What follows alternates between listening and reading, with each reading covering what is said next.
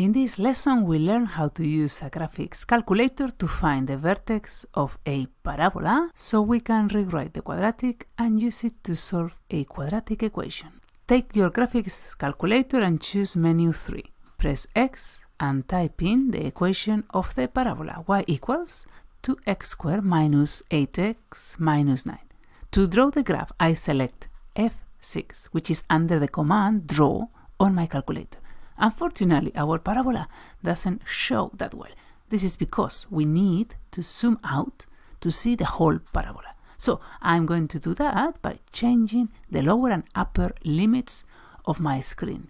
So I press Shift F3, which takes me to View window. Scroll down and choose a minimum for the value of y to be -20. This will allow us to see the vertex of our parabola. Press Exit to return to our previous screen. This time, click on F5, Gsolve, and select F3 to find the minimum of your parabola.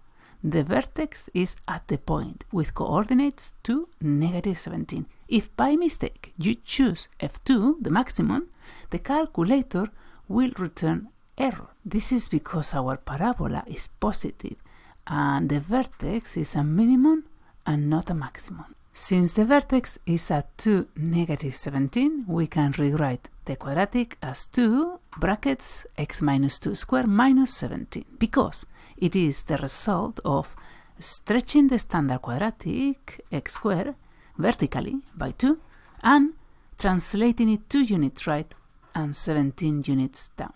This is very useful if we need finding the solutions of the quadratic equals 0.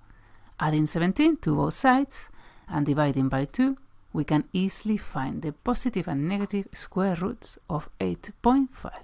The solutions are 2 plus the square root of 8.5 and 2 minus the square root of 8.5, the x-intercepts of our parabola. If you want to learn how to use algebra to find the vertex without your calculator, the technique is called completing the square, and it is the method that you use to prove the quadratic formula.